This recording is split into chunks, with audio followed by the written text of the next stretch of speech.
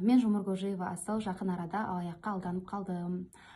WhatsApp желісіне маған алаяқ хабарласып, термомикс техникасын жеткізіп беруді сұрады, және ақшасын сол жерде аударыммен аударамын деп уәде еткен.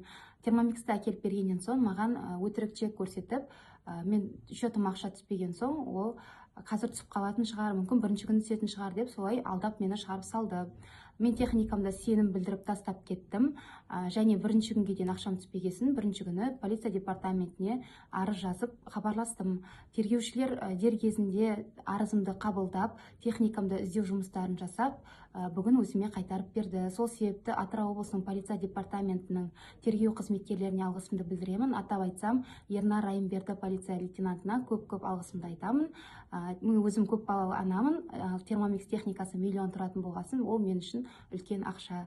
Сіздерге көп рахмет, жұмыстарыңызға сәттілік. Ал Атырау облысының тұрғындарына және қонақтарына айтарым, алаяқтан сақ болыңыздар. Товарыңызды берген кезде ақшаның түскеніне міндетті түрде қараңыздар деп айтқым келеді. Мен сияқты алданып қалмаңыздар.